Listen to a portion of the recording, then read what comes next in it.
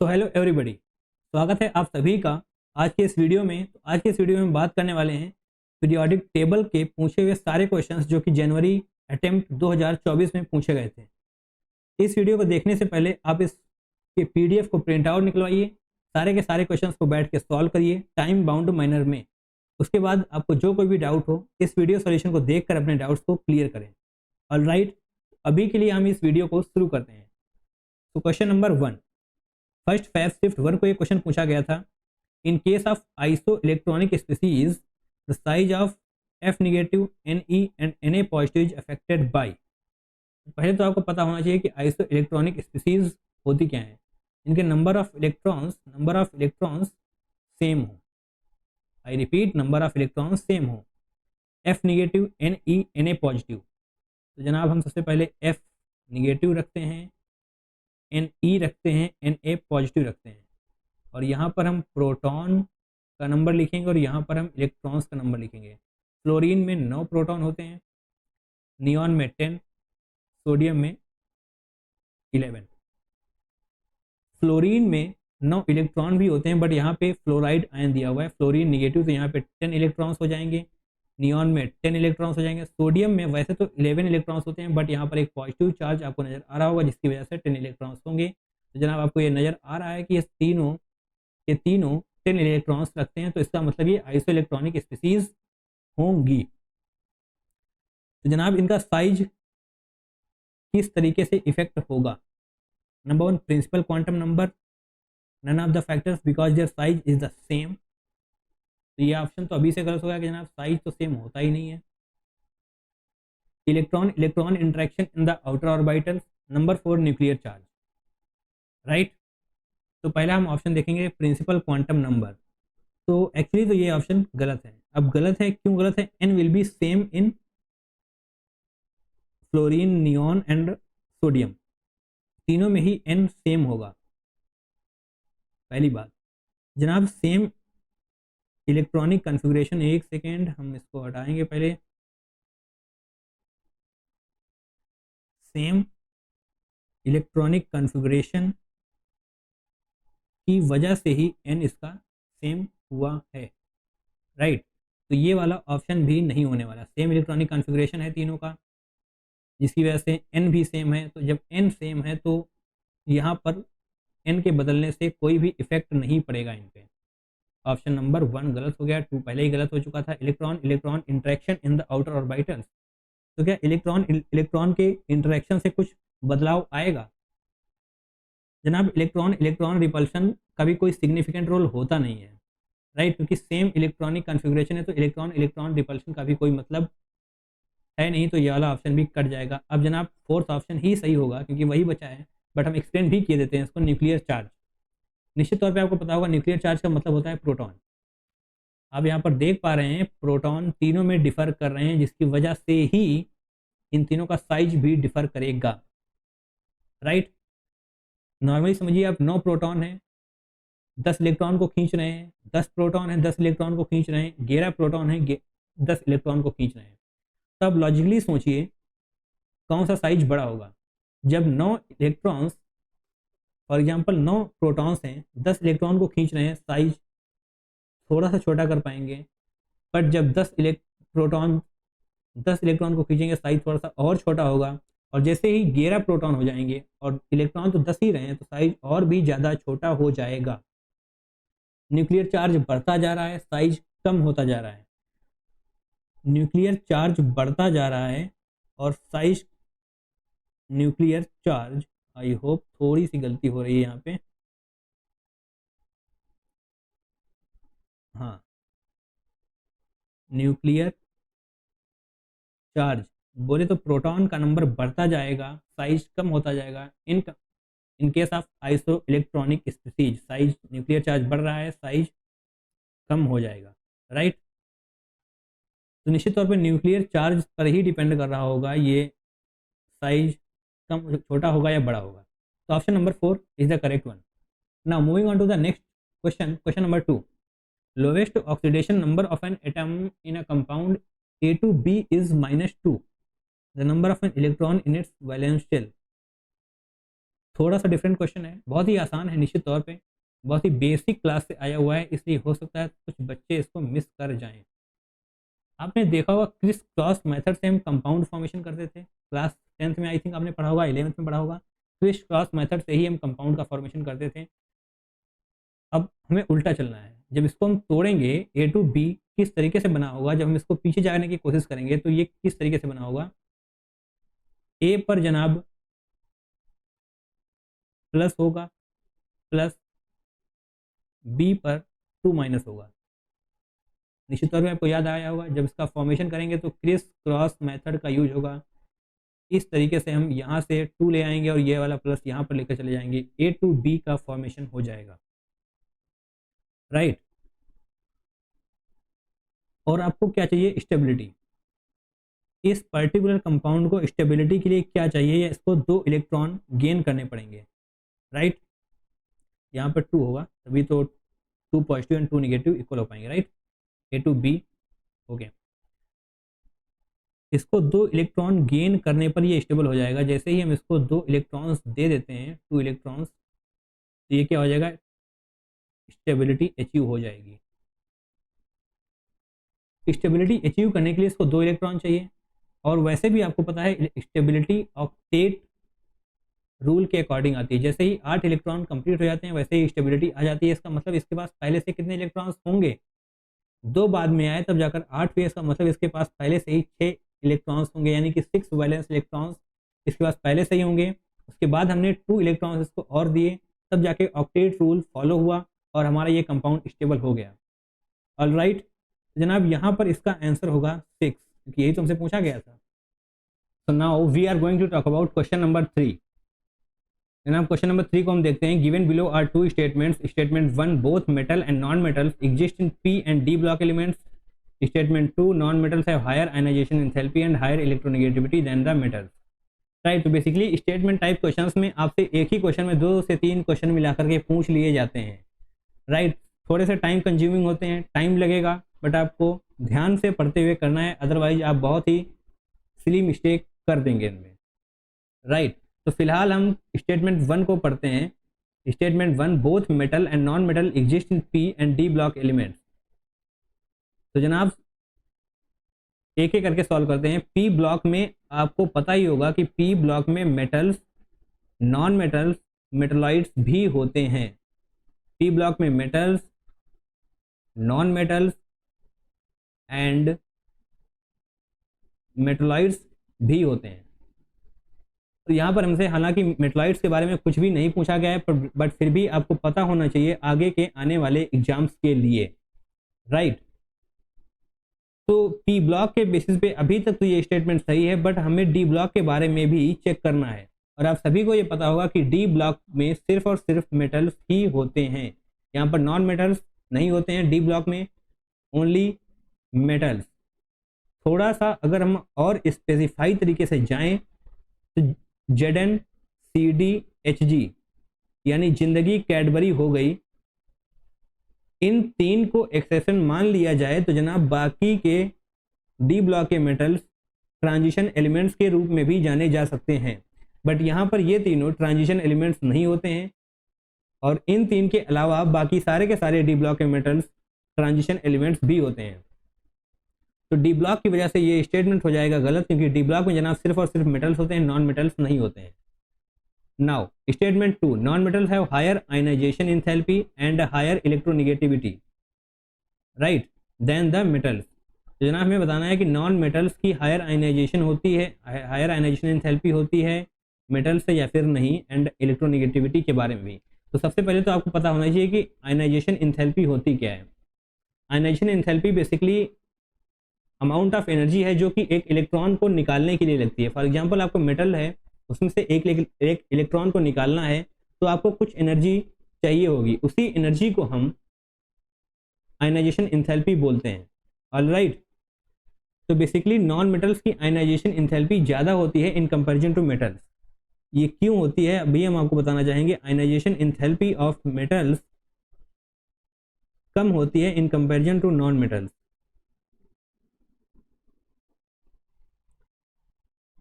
और इलेक्ट्रोनेगेटिविटी के बारे में भी हम जिक्र कर रहे होंगे। एक्चुअली मेटल्स को इलेक्ट्रॉन लूज करना होता है, इलेक्ट्रॉन आसानी से लूज कर देते हैं metals in comparison to non metals. Non metals में न्यूक्लियस अट्रैक्शन थोड़ा सा ज़्यादा होता है, जिसकी वजह से यहाँ से इलेक्ट्रॉन निकालना एक मुश्किल काम है। आयनाइजेशन एनर्जी ज़्यादा देनी पड़ेगी इलेक्ट्रॉन निकालने के लिए नॉन मेटल से इन कंपेरिजन टू मेटल, तो उसकी वजह से आयनाइजेशन एंथैल्पी मेटल्स की कम होती है in comparison to non metals. और अगर हम बात करें इलेक्ट्रोनेगेटिविटी की, तो इलेक्ट्रोनेगेटिविटी भी मेटल्स की कम होती है नॉन मेटल से। और ऐसा क्यों होता है? नॉन मेटल्स को इलेक्ट्रॉन गेन करना होता है स्टेबिलिटी के लिए। यदि नॉन मेटल को स्टेबिलिटी गेन करनी है तो उसे एक इलेक्ट्रॉन चाहिए होगा, और एक मेटल को यदि स्टेबिलिटी चाहिए तो उसे एक इलेक्ट्रॉन को लूज करना होगा। और आप सभी को पता है इलेक्ट्रॉन लूज करने से मेटल में स्टेबिलिटी आती है और इलेक्ट्रॉन को गेन करने से नॉन मेटल में स्टेबिलिटी आती है। इसकी वजह से electron higher electronegativity, non metal की इलेक्ट्रोनेगेटिविटी ज़्यादा होगी इन कंपेरिजन टू मेटल्स। तो उसके बेसिस पे जनाब ये स्टेटमेंट हो जाएगा बिल्कुल सही। Statement 1 is false and statement 2 is true. Option number 2 is absolutely correct. And now moving on to the next question, that is question number 4, जो कि फर्स्ट फैब शिफ्ट 2 को पूछा गया था। The strongest reducing agent among the following is. ये basically same, तो सबसे पहले तो हम इसको सही तरीके से अरेंज कर लेते हैं। NH3 PH3 Nepal, Pakistan, Australia सब भिखारी, ये निमोनिक्स आपको याद होंगे। BiH3, और सबसे पहले तो हम उस ग्रुप को, ये दोनों नॉन मेटल्स होते हैं जनाब। एक एक चीज करके हम आपको सारी चीजें क्लियर कर रहे होंगे। और ये दोनों मेटलाइट्स होते हैं और ये लास्ट वाला होता है मेटल। तो इससे आपको क्या समझ आ रहा है? नीचे जाते हुए मेटेलिक कैरेक्टर इंक्रीज हो रहा है। जैसे ही आप नीचे की तरफ जा रहे हैं मेटेलिक कैरेक्टर इंक्रीज हो रहा है। उसके बाद मेटेलिक कैरेक्टर इंक्रीज होने का मतलब है इलेक्ट्रॉन डोनेटिंग कैपेसिटी इंक्रीज हो रही है, क्योंकि मेटल्स इलेक्ट्रॉन डोनेट करते हैं। और जैसे ही नीचे जाते हुए आपकी मेटेलिक कैरेक्टर इंक्रीज हो रहा है, वैसे ही इलेक्ट्रॉन डोनेटिंग कैपेसिटी भी इंक्रीज हो रही है। इलेक्ट्रॉन डोनेटिंग कैपेसिटी इंक्रीज होने का मतलब होता है रिड्यूसिंग कैरेक्टर इंक्रीज होना, क्योंकि इलेक्ट्रॉन यदि आप डोनेट कर रहे हैं तो इसका मतलब आप दूसरे सामने वाले कंपाउंड को रिड्यूस कर रहे हैं और खुद का ऑक्सीडेशन हो रहा है। तो नीचे जाते हुए ऑक्सीडेशन बढ़ेगा, रिड्यूसिंग कैरेक्टर भी बढ़ेगा।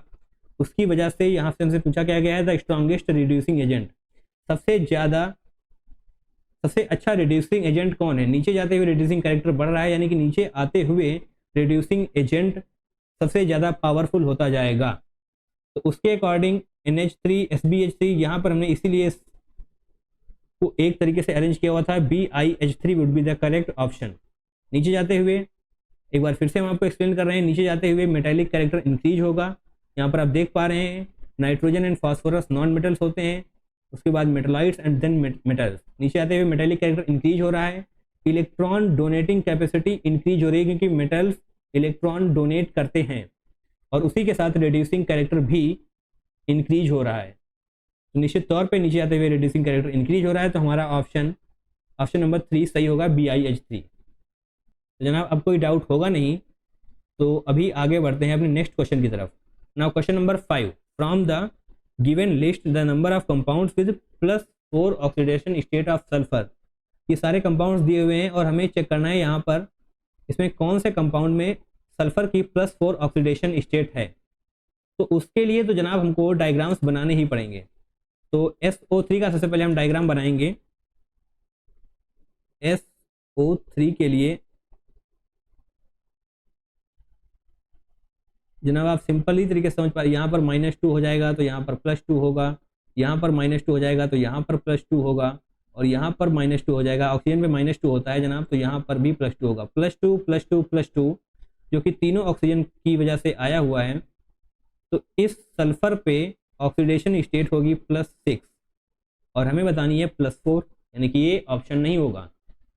राइट, तो अभी हम आगे की काउंटिंग भी करते हैं। H2SO3 जनाब आपको ये बनाने तो आने ही चाहिए H2SO3। निश्चित तौर पे आप देख पा रहे होंगे ये H2SO3 का स्ट्रक्चर है। यहाँ पर -1 की वजह से यहाँ पर +1 आ जाएगा, -1 की वजह से +1 आ जाएगा, और ऑक्सीजन पे -2 की वजह से सल्फर पर +2 आ जाएगा। जनाब इस बार जब आप ऐड करेंगे +2 +2 +1 +1 बोले तो +4, तो जनाब ये हमारे आंसर में काउंट होगा, यानी कि H2SO3 में सल्फर पर +4 ऑक्सीडेशन स्टेट होती है। राइट, तो SOCl2 का स्ट्रक्चर भी हम ड्रा करना चाहेंगे। SOCl2 CL double bond O, oxygen पे -2 होगा तो उसकी वजह से सल्फर पे +2 हो जाएगा, क्लोरीन पे -1 होगा तो सल्फर पर +1 हो जाएगा, और इसी तरह इस क्लोरीन पर भी -1 होगा और यहाँ पर भी सल्फर पे +1 हो जाएगा। तो इस तरह से सल्फर पे +2 +1 +1 यानी कि जनाब +4 ऑक्सीडेशन स्टेट होगी। तो ये भी हमारे आंसर में काउंट होगा। H2SO3 एंड SOCl2 के सल्फर में +4 ऑक्सीडेशन स्टेट है सल्फर की। नाउ SF4 का निश्चित तौर पे आपको समझ में आ गया होगा, SF4 में +4 ऑक्सीडेशन स्टेट होगी सल्फर की, क्योंकि फ्लोरीन मोस्ट इलेक्ट्रोनेगेटिव एलिमेंट है। निश्चित तौर पे यहाँ पे -1 होगा, यहाँ पर भी -1 होगा, यहाँ पर भी -1 होगा, यहाँ पर भी -1 होगा, इन चारों फ्लोरीन पे -1 होगा, जिनकी वजह से ये सल्फर पर भी +4 की ऑक्सीडेशन स्टेट होगी। तो जनाब ये भी हमारे आंसर में काउंट होगा। तो एक बार हम मार्क कर लेते हैं कि कौन कौन से हमारे आंसर में काउंट होने वाले हैं। SO3 पे +6 ऑक्सीडेशन स्टेट है तो ये हमारे आंसर में काउंट नहीं होगा। H2SO3 में +4 ऑक्सीडेशन स्टेट है सल्फर की, तो ये हमारे आंसर में काउंट होगा। उसी प्रकार से SOCl2 एंड SF4 में भी सल्फर पे +4 ऑक्सीडेशन स्टेट है, तो ये हमारे आंसर में काउंट होगा। नाउ अभी हम बात करने वाले हैं BaSO4 एंड H2H2O7 की। एक बार फिर से हम अपना रेड पेन वापस लेकर आएंगे और थोड़ी सी जगह हमें चाहिए BaSO4। ये जनाब थोड़ा सा ध्यान से देखना होगा आपको, यहाँ पर कुछ बच्चे गलती कर सकते हैं। BaSO4 Ba में +2 ऑक्सीडेशन स्टेट होगी, यानी कि SO4 में -2 ऑक्सीडेशन स्टेट होगी। SO4 2- का डायग्राम हमको बनाना है, स्ट्रक्चर बनाना है, सॉरी। BaSO4 में Ba की ऑक्सीडेशन स्टेट +2 होगी, जिसकी वजह से SO4 की ऑक्सीडेशन स्टेट 2- होगी। तो हमें SO4 2- का स्ट्रक्चर ड्रॉ करना है। SO4 2-, जनाब ध्यान से देखिएगा, 2-, एक माइनस यहाँ पर आ जाएगा और एक माइनस यहाँ पर आ जाएगा। राइट, -2 इस ऑक्सीजन पे होगा, -2 इस ऑक्सीजन पे होगा, जिसकी वजह से +2 एंड +2 सल्फर पे ऑलरेडी आ चुका है। इस ऑक्सीजन पे -1 होगा, -1, और इस ऑक्सीजन पर भी -1 होगा, जिसकी वजह से सल्फर पे +1 एंड +1 आ जाएगा। तो +2 +2 +1 +1 जब हम ऐड करेंगे तो +6 होगा, यानी कि BaSO4 में सल्फर पर +6 ऑक्सीडेशन स्टेट है। तो जनाब ये भी हमारा आंसर नहीं होगा। तो जनाब अब हम H2H2O7 का डायग्राम बना रहे होंगे। H2H2O7 ये इसका डायग्राम थोड़ा सा बड़ा है, तो उसके लिए हमें जगह भी चाहिए होगी। तो SF4 को हम रफ कर देंगे। ये बात तो आपको समझ में आ चुकी ही होगी, SF4 में +4 ऑक्सीडेशन स्टेट कैसे होगी। राइट, तो ये SF4 को रफ करने के बाद हम H2H2O7 का डायग्राम बना रहे होंगे। जनाब थोड़ा सा ध्यान से देखना है इस स्ट्रक्चर को, थोड़ा सा टफ है, बाकी सारे स्ट्रक्चर से ये थोड़ा सा स्ट्रक्चर टफ है, हो सकता है सभी को बनाना ना आए, तो निश्चित तौर पे आप ध्यान से देखिएगा, समझ में आना चाहिए। SOS, और यहाँ पर हम डबल बॉन्ड से एक OO जोड़ देंगे। अब आप इसको देखिए, H2H2O7 3 O आपके लग चुके हैं, 2 S लग चुके हैं। तो जनाब अभी हमें क्या देखना है, हमें हमारे पास 4 O बचे हुए हैं, क्योंकि जनाब H2H2O7 है और सिर्फ 3 O का यूज हमने किया है और सिर्फ 2 H हैं आपके पास। तो जनाब आगे के लिए हम एक बार ऐसे OH जोड़ेंगे, एक बार ऐसे OH को जोड़ेंगे और यहाँ पर 2 O को जोड़ देंगे। राइट, H2H2O7 1 और 2, 2 H ये हो जाएंगे, 2 S हो जाएंगे, 1 2 3 4 5 6 7 7 O जुड़ चुके हैं। तो जनाब अब बहुत ही ध्यान से देखना है कि सल्फर पे क्या ऑक्सीडेशन स्टेट होगी। -2 इस ऑक्सीजन पे होगी जिसकी वजह से +2 सल्फर पे होगी, -1 OH पे होगी जिसकी वजह से +1 सल्फर पे होगी, -2 इस ऑक्सीजन पे होगी जिसकी वजह से +2 इस सल्फर पे होगी। और थोड़ा सा ध्यान से देखना है, इस ऑक्सीजन की वजह से +1 यहाँ पर होगा और इसी ऑक्सीजन की वजह से +1 इस वाले सल्फर पे भी होगा। -2 चार्ज ऑक्सीजन पे जरूर है बट +1 इस सल्फर को जाएगा, +1 इस सल्फर को जाएगा। And in the same fashion -2 यहाँ पर ऑक्सीजन पे है, +2 यहाँ पे सल्फर पे हो जाएगा, -2 यहाँ पे ऑक्सीजन पे है, +2 सल्फर पे हो जाएगा, -1 OH पे है, +1 OH पे हो जाएगा। थोड़ा सा स्ट्रक्चर बहुत ही घिचपिच सा हो गया है बट जनाब समझने का प्रयास करिएगा। +2 +1 +2 +1 यानी कि इस सल्फर पे +6 ऑक्सीडेशन स्टेट होगी। And in the same fashion +2 +1 +2 and +1 +6 oxidation state इस सल्फर पे भी होगी। तो जनाब +6 यहाँ पर भी है, +6 यहाँ पर भी है बट हमें चाहिए +4। तो जनाब ये भी आंसर में काउंट नहीं होगा। तो एक बार फिर से हम BaSO4 को कट कर देंगे क्योंकि यहाँ पर भी जनाब BaSO4 में आपको +6 ऑक्सीडेशन स्टेट नज़र आ रही होगी। एंड H2H2O7 में भी जनाब आपको +6 ऑक्सीडेशन स्टेट नज़र आ रही होगी। तो ये भी हमारे आंसर में नहीं होगा। तो एक्चुअली हमारा आंसर होगा क्या है, H2SO3 SOCl2 SF4 ही ये तीन ऐसे कंपाउंड हैं जहाँ पर +4 ऑक्सीडेशन स्टेट सल्फर में है। जनाब इसका आंसर होगा 3। यदि हमसे +6 ऑक्सीडेशन स्टेट भी पूछी जाती तभी इसका आंसर 3 होता क्योंकि SO3 BaSO4 H2H2O7 के सल्फर में +6 ऑक्सीडेशन स्टेट है। एंड आई होप आपको पूरी तरीके से क्रिस्टल क्लियर हो चुका होगा। Number of compounds with +4 oxidation state. जनाब ऑक्सीडेशन स्टेट को निकालने के लिए मोस्ट ऑफ द टाइम आपको स्ट्रक्चर आने ही चाहिए क्योंकि स्ट्रक्चर पे डिपेंड करता है ऑक्सीडेशन स्टेट इधर से उधर भी हो सकती है। जैसा कि आप यहाँ पर देख पा रहे हैं, कभी सल्फर पे +4 ऑक्सीडेशन स्टेट है, कभी +6।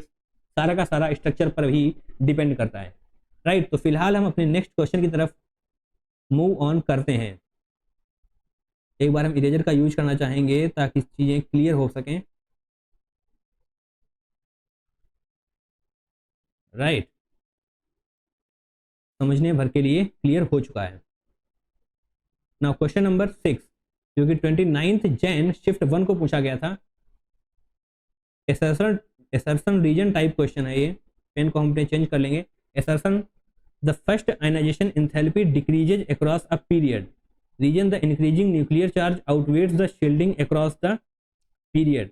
तो जनाब लेफ्ट टू राइट जाते हुए आयनाइजेशन एनर्जी क्या होती है? लेफ्ट टू राइट जब आप जा रहे हैं तो आयनाइजेशन एंथैल्पी ये निश्चित तौर पे इंक्रीज करती है। क्यों? कि जनाब लेफ्ट टू राइट जाते हुए साइज छोटा होता है। साइज छोटा होता है तो वहाँ से इलेक्ट्रॉन को निकालना और भी ज़्यादा मुश्किल हो जाता है। फॉर एग्जांपल कोई any element, for example x element है, वहाँ जब हम इसको एनर्जी देंगे एक्स एलिमेंट को तब जाकर वहाँ से एक इलेक्ट्रॉन निकलेगा और वो एलिमेंट जितना छोटा होगा प्रोटॉन का इफेक्ट इलेक्ट्रॉन पे उतना ही ज़्यादा होगा, न्यूक्लियर अट्रैक्शन उतना ही ज़्यादा होगा। तो उस अट्रैक्शन को ओवरकम करने के लिए हमें ज़्यादा से ज़्यादा एनर्जी देनी पड़ेगी। तो लेफ्ट टू राइट जाने पे साइज छोटा होता जाता है जिसकी वजह से आयनाइजेशन एंथैल्पी इंक्रीज होती जाती है। एंड टॉप टू बॉटम आते हुए आयनाइजेशन एनर्जी कम हो रही होती है क्योंकि साइज बढ़ता है। तो यहाँ पे जनाब हमसे पूछा गया है first ionization enthalpy decreases across a period. तो जनाब ये बिल्कुल सही है। अब आप सोच रहे होंगे कि फर्स्ट का मतलब क्या है। अगर हमने एक्स एलिमेंट से पहली बार इलेक्ट्रॉन निकाला तो वो होती है फर्स्ट आयनाइजेशन एनर्जी, और एक इलेक्ट्रॉन निकलने के बाद हमने एक बार फिर से इलेक्ट्रॉन निकाला तो वो हो जाती है second ionization enthalpy, and so on.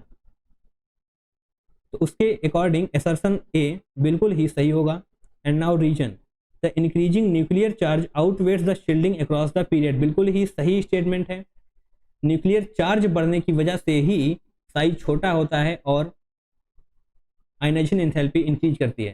तो जनाब असर्शन भी सही है और उसका रीजन भी सही है। क्योंकि आयनाइजेशन एनर्जी क्यों बढ़ती है? क्योंकि न्यूक्लियर चार्ज बढ़ रहा होता है। न्यूक्लियर चार्ज बढ़ने की वजह से जनाब आप खुद सोचिए, for example carbon nitrogen oxygen, carbon nitrogen oxygen fluorine, ये हमने सिर्फ एग्जांपल के तौर पे लिए हैं। कार्बन के पास कितने प्रोटॉन हैं? 6, नाइट्रोजन के पास 7, ऑक्सीजन के पास 8, फ्लोरीन के पास 9। पर जनाब ये हम सेम शेल में ही हैं, शेल सेम रहती है, बट उसमें इलेक्ट्रॉन्स बढ़ते जाते हैं, प्रोटॉन्स बढ़ते जाते हैं, तो जनाब वो अपनी तरफ अट्रैक्शन भी इंक्रीज करते जाते हैं, जिसकी वजह से न्यूक्लियर चार्ज बढ़ता जाता है और साइज छोटा होता चला जाता है, जिसकी वजह से आयनाइजेशन एंथैल्पी भी इंक्रीज होती चली जाती है। तो जनाब एसर्शन सही है, रीजन भी सही है और इसका करेक्ट एक्सप्लेनेशन भी है। तो both A and R true and R is the correct explanation of A, right. अब जनाब आपको कोई डाउट नहीं होगा इस पर्टिकुलर कॉन्सेप्ट से रिलेटेड। नाउ क्वेश्चन नंबर 7 जो कि 29 जैन शिफ्ट 1 में पूछा गया था। Statement 1, the electronegativity of group 14 elements from Si to Pb gradually increase. Statement 2, group 14 contains non-metallic, metallic as well as metalloid elements.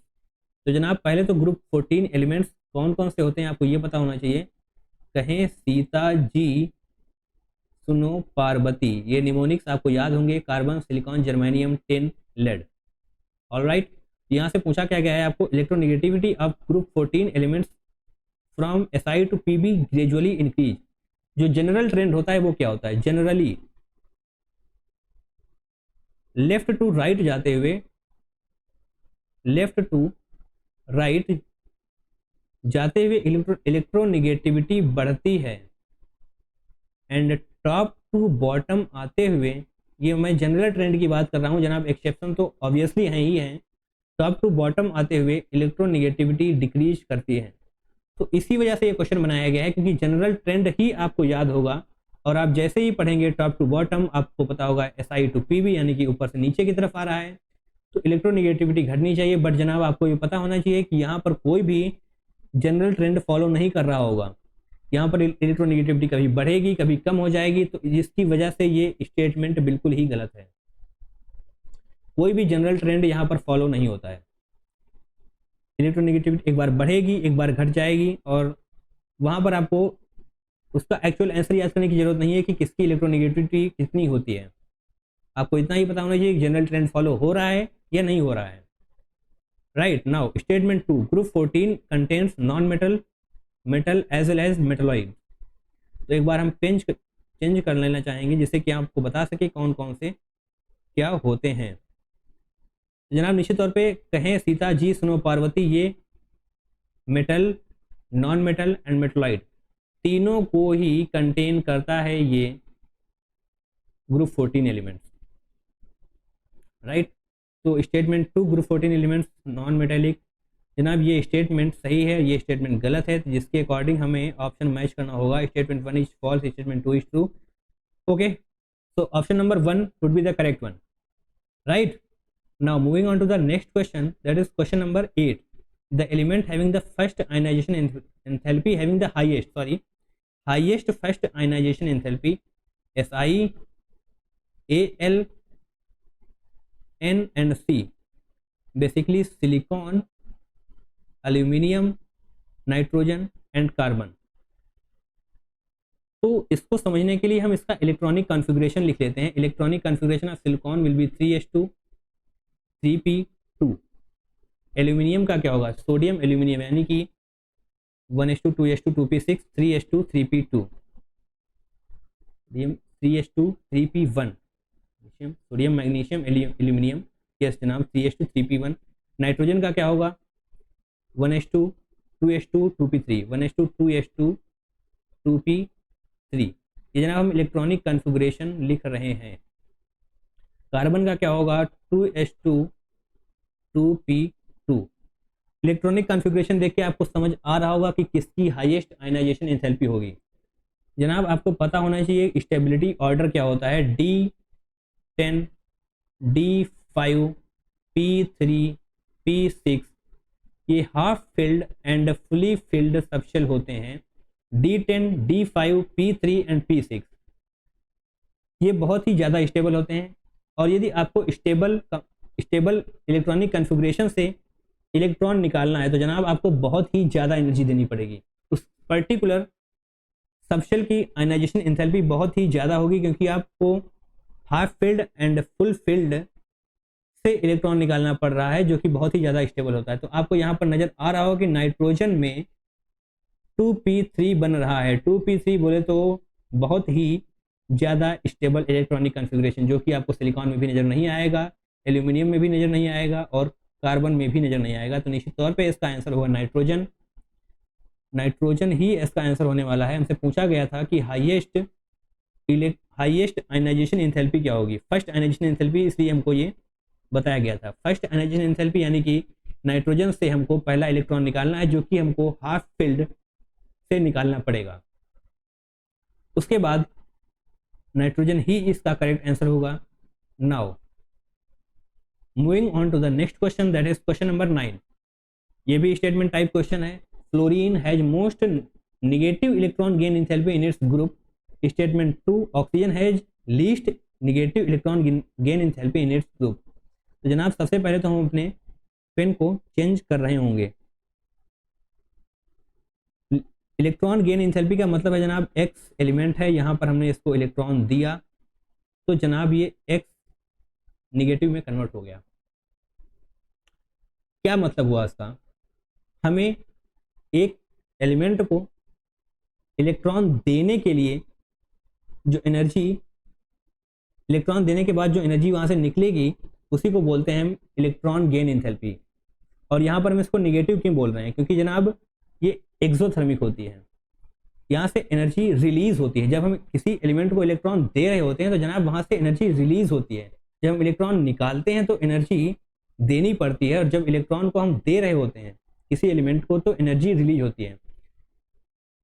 एक second, positive electron gain enthalpy exothermic and negative electron gain enthalpy, oh sorry, exothermic negative में होगा, इसमें endothermic होगा, right.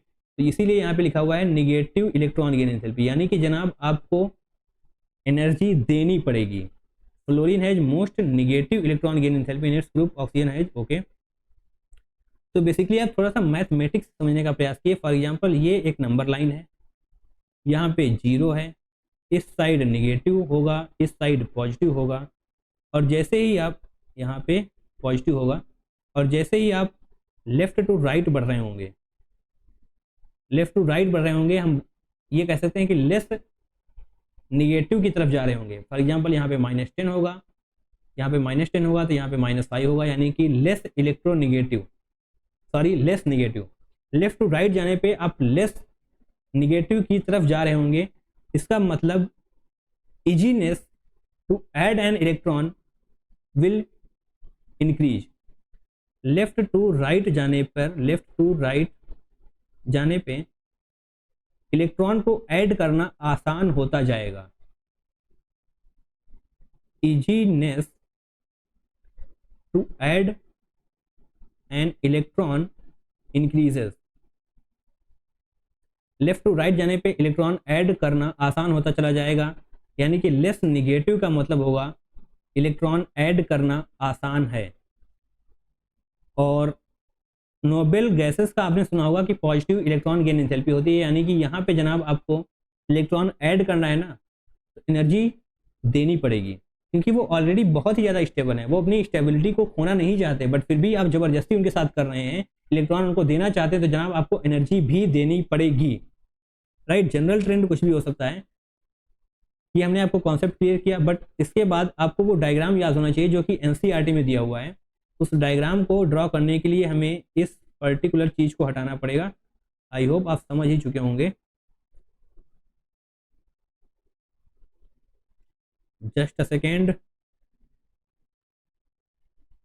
यहाँ जनाब हमें space मिल चुका है, और अब हम अपना पेन एक बार फिर से स्क्रीन को हम ऊपर कर रहे होंगे, तो जनाब ऐसा कुछ डायग्राम बनता है।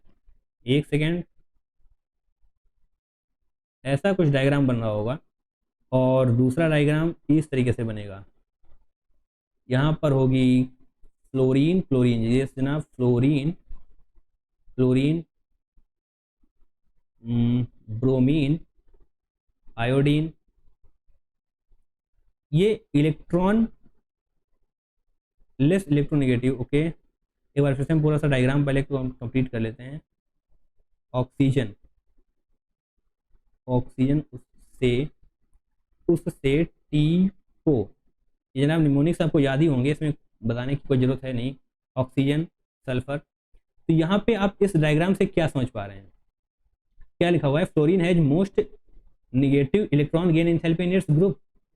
इलेक्ट्रॉन, फ्लोरीन की क्या सबसे ज़्यादा निगेटिव इलेक्ट्रॉन गेन एंथैल्पी है? तो जनाब आप निश्चित तौर पे देख पा रहे होंगे कि नहीं, ये स्टेटमेंट गलत हो जाएगा, क्योंकि सबसे ज़्यादा निगेटिव तो क्लोरीन है, क्योंकि नीचे आते हुए निगेटिविटी थोड़ी सी कम होती है, लेस इलेक्ट्रोनिगेटिव नीचे आते हुए। तो सबसे ज़्यादा निगेटिव कौन है? क्लोरीन। तो जनाब अगर यहाँ पे क्लोरीन लिखा होता, फ्लोरीन के बजाय यहाँ पे क्लोरीन होता, तो हम इस स्टेटमेंट को सही करार दे रहे होते, बट जनाब फ्लोरीन है, तो जिसकी वजह से ये स्टेटमेंट हो जाएगा गलत।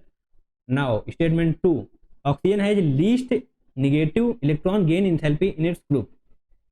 क्या देख पा रहे हैं आप, oxygen has least electron gain enthalpy. जनाब बिल्कुल ही सही बात है, क्योंकि ऑक्सीजन से नीचे कुछ भी है नहीं, सारे के सारे उससे ऊपर हैं, यानी कि ऑक्सीजन की इलेक्ट्रॉन गेन एंथैल्पी सबसे ज़्यादा कम होगी, और यही तो हमें बोला गया है। तो जनाब ये statement 2 would be the correct one.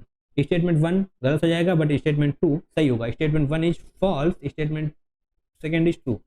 जनाब option number 4 would be the correct one. Now question number 10, जनाब क्वेश्चन नंबर 10 क्या है, anomalous behaviour of oxygen is due to.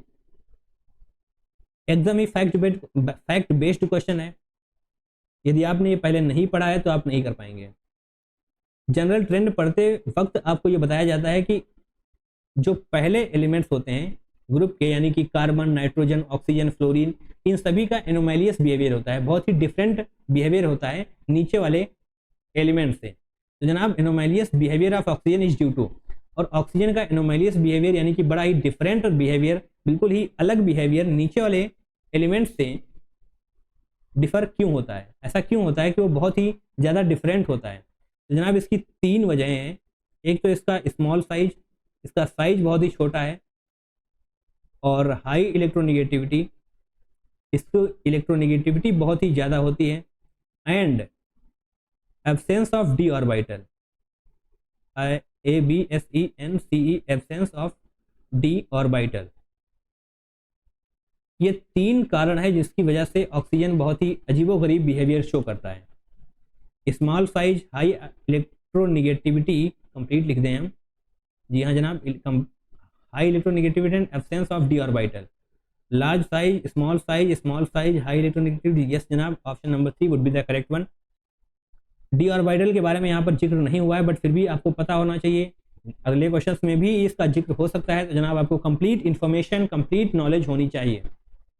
फिलहाल इस क्वेश्चन का करेक्ट ऑप्शन होगा option number 3, that is small size and high electronegativity. Now question number 11, assertion reason based question है ये। There is a considerable increase in covalent radius from N to P, however from AS to BI only a small increase in covalent radius is observed। तो जनाब statement पढ़ के आपको समझ आ रहा होगा कि ये स्टेटमेंट बिल्कुल ही सही है। तो जनाब हम ग्रुप 15 एलिमेंट्स को लिख लेते हैं, नेपाल, पाकिस्तान, ऑस्ट्रेलिया, सब भिखारी। तो यहाँ पे दिया हुआ है considerable increase in covalent radius from nitrogen to phosphorus increase. Okay, तो जनाब नेपाल टू पाकिस्तान बोले तो नाइट्रोजन टू फास्फोरस, नाइट्रोजन से फास्फोरस जब आते हैं तो कोवेलेंट रेडियस अच्छा खासा इंक्रीज करता है, बट जब आप AS टू BI आते हैं तब आपका रेडियस उतना इंक्रीज नहीं करता है। तो जनाब बिल्कुल ही सही स्टेटमेंट है, यहाँ से यहाँ तक आते हुए आपका रेडियस अच्छा खासा इंक्रीज करता है, बट यहाँ से यहाँ तक आते हुए बहुत ही निग्लिजिबल अमाउंट में रेडियस इंक्रीज करता है, और यही तो हमें लिखा हुआ है सेक्शन में, बिल्कुल ही सही। Now covalent and ionic radii in a particular oxidation state increases down the group in a particular oxidation state, इसको हमें ध्यान में रखना होगा। इनका particular oxidation state covalent and ionic radii, particular oxidation state लिखा हुआ है तो निश्चित तौर पे ये स्टेटमेंट करेक्ट होगा।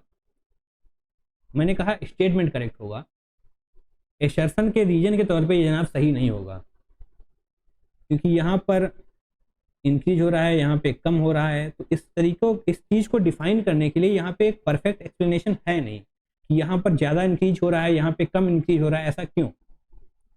यहाँ पे तो सिर्फ एक स्टेटमेंट दिया हुआ है, covalent and ionic radii in a particular oxidation state increase down the group. बिल्कुल सही बात है, ऊपर से नीचे आते हुए आयनिक रेडियाई या फिर कोवेलेंट रेडियाई इंक्रीज करते हैं, एंड लेफ्ट टू राइट जाते हुए कोवेलेंट रेडियाई या फिर आयनिक रेडियाई डिक्रीज करते हैं। तभी तो लेफ्ट टू राइट जाते हुए साइज छोटा होता है और टॉप टू बॉटम आते हुए साइज बड़ा होता है। बिल्कुल ही सही स्टेटमेंट है, बट जनाब एक्सप्लेनेशन सही नहीं है। एसर्शन भी सही है, रीजन भी सही है, बट इसका एक्सप्लेनेशन सही नहीं है। तो जनाब इसका आंसर होगा ऑप्शन नंबर 2। बहुत ही बच्चे ऑप्शन नंबर 4 को टिक कर सकते हैं, तो जनाब आपको निश्चित तौर पे -1 मिलेगा ही मिलेगा। एसर्शन रीजन टाइप क्वेश्चन बहुत ही बच्चों से सिली मिस्टेक्स करवा लेते हैं, तो जनाब आपको इनमें थोड़ा सा ज़्यादा फोकस्ड होके सोचना है, ज़्यादा फोकस्ड होके हमको इन क्वेश्चंस को अटेम्प्ट करना है, ताकि आप ये क्वेश्चन को गलत ना करें। Right, now question number 12, the IUPAC name of an element is unneum, then the element belongs to nth group of periodic table, the value of n is। तो बेसिकली अननियम का मतलब क्या है? अननियम बोले तो वन, अन अन अन अन का मतलब होता है वन, वन वन, और नियम तो सफिक्स हो गया, यानी कि इसका जो एटॉमिक नंबर है इस एलिमेंट का वो होगा 111, यानी कि 111। Then the element belongs to nth group of periodic table, और ये एलिमेंट nth ग्रुप से बिलोंग कर रहा है, तो जनाब वैल्यू ऑफ n क्या होगी? बेसिकली आपको बताना है कि 111 यानी कि 111 एटॉमिक नंबर किस ग्रुप से बिलोंग करता है। आप सभी को पता है कि 118 एलिमेंट्स हैं हमारी मॉडर्न पीरियोडिक टेबल में। तो बेसिकली आपको कैसे गेस करना है, कि आपको गेस नहीं, कैसे सॉल्व करना है कि आप वहां तक बिल्कुल ही परफेक्टली तरीके से पहुंच जाएं बिना किसी सिली मिस्टेक के। हम कैसे ड्रॉ करेंगे? 118, 117, 116, 115, 14, 13, 12, नाउ 111। राइट, तो सबसे पहले हम यहाँ से देखेंगे, ये हमने एटॉमिक नंबर्स को बना लिया है, लिख लिया है, और अब हम ऊपर से निश्चित तौर पे पता कर रहे होंगे कि ये कौन से ग्रुप में गिरेगा क्वेश्चन नंबर, एटॉमिक नंबर 111 वाला एलिमेंट। 118 जीरो ग्रुप में आता है, तो सबसे पहले ये कौन सी नोबेल गैसेस में आता है, एंड नोबेल गैसेस बोले तो हीलियम, नियॉन की तरफ लिख लेते हैं हम, ये यहाँ पे फ्लोरीन होगा इसके ऊपर, एंड यहाँ पर क्या होगा? Nitrogen, carbon, nitrogen, oxygen. तो जनाब यहाँ पे ऑक्सीजन होगा, यहाँ पे नाइट्रोजन होगा, यहाँ पे कार्बन होगा, carbon, nitrogen, oxygen, fluorine, neon, and 113 पे बोरॉन होगा। और यहाँ से पी ब्लॉक वाला खत्म हो जाएगा, 111, 112, यानी कि ये डी ब्लॉक एलिमेंट्स के तौर पे होंगे, यानी कि ये डी ब्लॉक में होंगे। डी ब्लॉक में होने का मतलब है यहाँ पे 12th ग्रुप, यहाँ पे 11th ग्रुप। राइट, तो जनाब 11th ग्रुप में 111 नंबर का एलिमेंट आपके पास होगा 11th ग्रुप में। 12th में 112 boron. Right, I don't think कि हमने कोई भी सिली मिस्टेक यहाँ पे अटेम्प्ट की है। Boron, carbon, nitrogen, oxygen, fluorine, neon, 113, 14, 15, 16, 17, 18 बिल्कुल ही सही, कुछ भी गलत नहीं हुआ है। तो जनाब यहाँ पे वैल्यू ऑफ n क्या होगी? 11। एक बार फिर से हम इस क्वेश्चन को रिपीट करना चाहेंगे। If IUPAC name of an element is ununnium, then the element belongs to nth group of periodic table. तो जनाब हमें अननियम से ये पता चला कि एटॉमिक नंबर 111 होगा इस एलिमेंट का। Then the element belongs to nth group, तो किस ग्रुप से ये एलिमेंट बिलोंग करता है? हमने पीरियोडिक टेबल का कुछ ओवरव्यू ड्रॉ करने की कोशिश की, जो कि हमारे दिमाग में होता है, जिससे हमने ये पता लगाया कि ये 11th ग्रुप में होगा। और आपकी जानकारी के लिए हम बता दें कि ये रोजेंटिनियम होता है। रोज टफ है, बट आपको इसको याद करने की कोई भी जरूरत है नहीं। RG, आपको इसको याद करने की जरूरत कोई है नहीं। याद होता तो भी आप कर लेते, ना याद होता तो भी आप कर लेते, जैसा कि हमने आपको करके दिखाया। राइट, तो जनाब अभी हम बात करने वाले हैं क्वेश्चन नंबर 13 की, जो कि 30 जनवरी शिफ्ट 2 को पूछा गया था। एसर्शन रीजन टाइप क्वेश्चन है ये। तो हम पहले नंबर पे तो एसर्शन को पढ़ रहे होंगे। H2TE is more acidic than H2S. Region bond dissociation enthalpy of H2TE is lower than H2S. तो जनाब पहले तो हम इस स्क्रीन को थोड़ा सा ऊपर करेंगे और अपने पेन को लेकर आएंगे रेड। जी हाँ जनाब, अभी हम पढ़ रहे हैं H2TE is more acidic than H2S। तो सबसे पहले तो हम H2S लिखते हैं, उसके बाद आएगा H2SE। जनाब ग्रुप से चल रहे हैं, H2SE के बाद आएगा H2TE। ऑलराइट, तो नीचे आते हुए बॉन्ड डिसोसिएशन इंथैल्पी डिक्रीज करती है। Bond dissociation enthalpy decreases. जैसे जैसे आप नीचे आते जाते हैं बॉन्ड डिसोसिएशन इंथैल्पी डिक्रीज करती जाती है। बॉन्ड डिसोसिएशन इंथैल्पी डिक्रीज कर रही है, इसका मतलब H+ आसानी से निकल रहा होगा। जितना नीचे आते जाएंगे H+ उतनी ही आसानी से आयोनाइज होता जाएगा। तो निश्चित तौर पे H2TE ज़्यादा एसिडिक होगा H2S से, क्योंकि H2TE में से H+ निकालना बहुत ही ज़्यादा आसान है, राइट। एंड इसका रीजन क्या है? Bond dissociation enthalpy of H2TE is lower than H2S। Absolutely correct, क्योंकि नीचे आते हुए बॉन्ड डिसोसिएशन इंथैल्पी कम हो रही होती है, तो H2S की बॉन्ड डिसोसिएशन इंथैल्पी ज़्यादा होगी H2TE से। इसी वजह से H2TE ज़्यादा एसिडिक होगा H2S से। आई डोंट थिंक कोई प्रॉब्लम बची होगी। Both A and R are true but R is not. नहीं जनाब, करेक्ट एक्सप्लेनेशन है, तो option number second would be the correct one. Alright, now moving on to the next question, that is question number 14, जो कि 30 जनवरी shift 2 को पूछा गया था।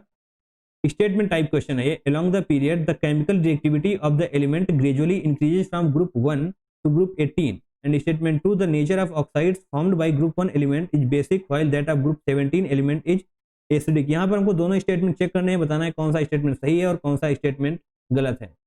Statement 1, along the period the chemical reactivity of the element gradually increases.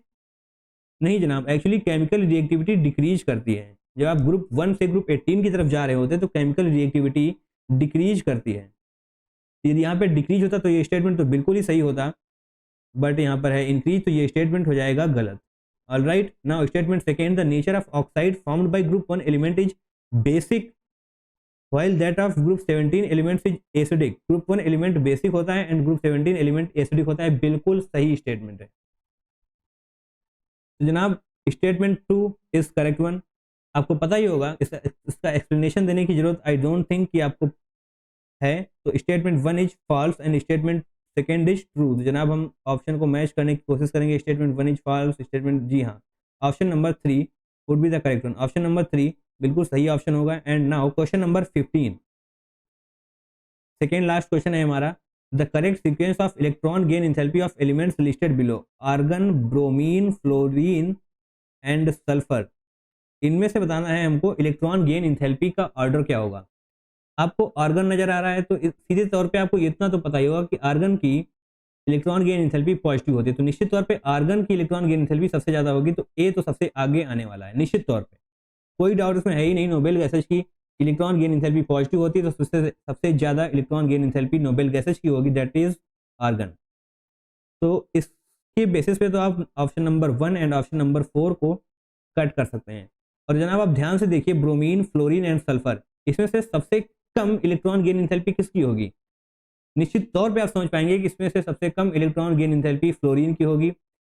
इन वाले options के according fluorine की electron gain enthalpy सबसे कम होगी। यदि यहाँ पे क्लोरीन होता तो क्लोरीन की इलेक्ट्रॉन गेन इंथैल्पी फ्लोरीन से भी कम होती, राइट।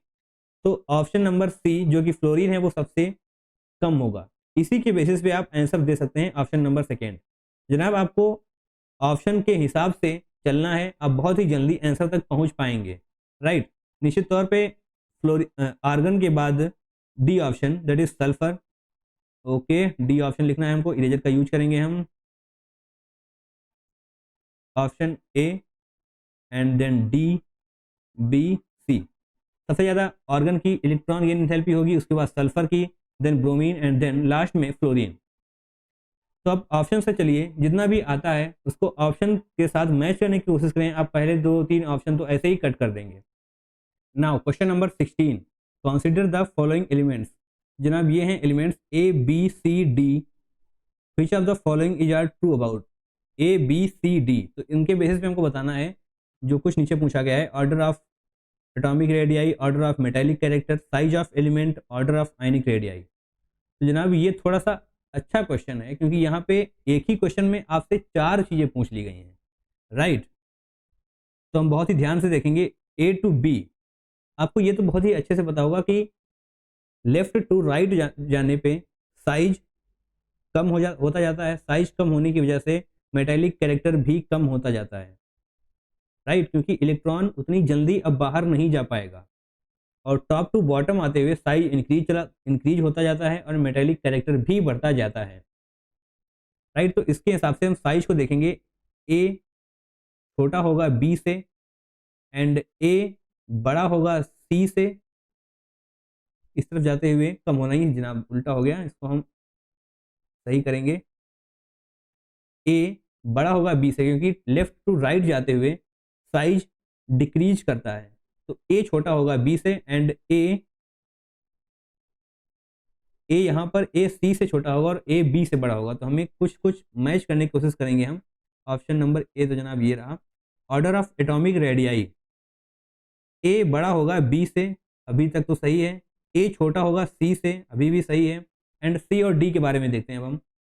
सी ऑप्शन बड़ा होगा डी से, यहाँ पर भी हमको सही से दिखाई दे रहा है। एंड बी और डी के बारे में जब हम देखेंगे तो बी वाला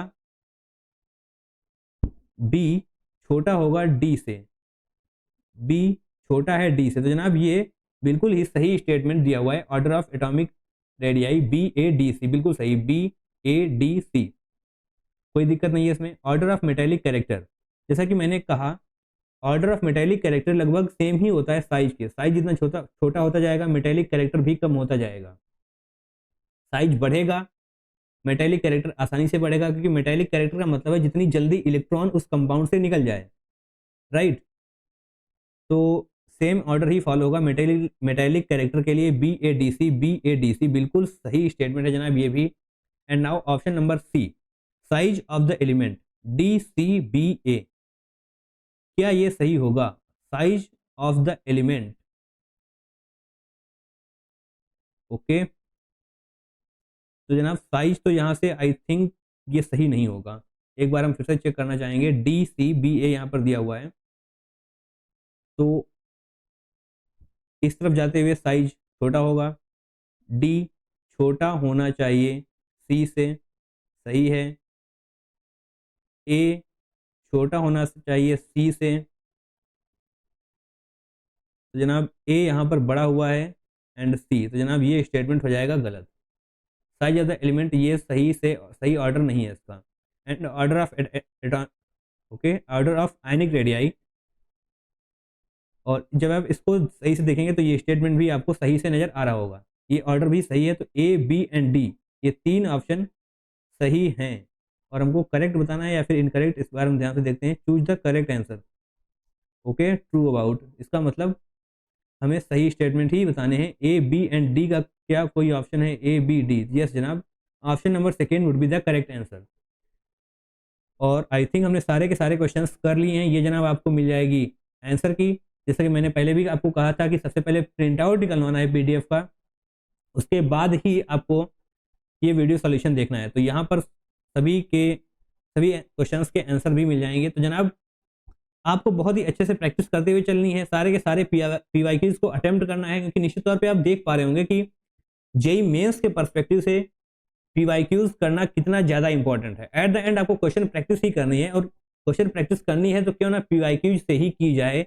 अगर उनका अच्छा सॉल्यूशन मिल रहा है, सारे के सारे क्वेश्चंस की पीडीएफ मिल रही है, तो हम पीडीएफ को प्रिंट करवाएंगे, उसके बाद सारे के सारे वीडियो सॉल्यूशंस को देखेंगे। और हम निश्चित तौर पर जब आप 1 साल के 2 साल के 3 साल के पीवाईक्यूज कंप्लीट कर रहे होंगे तो आपको अंदर से कॉन्फिडेंस भी आ रहा होगा। Alright, so that's all for today. Till then take care, tata, bye bye and I love you all.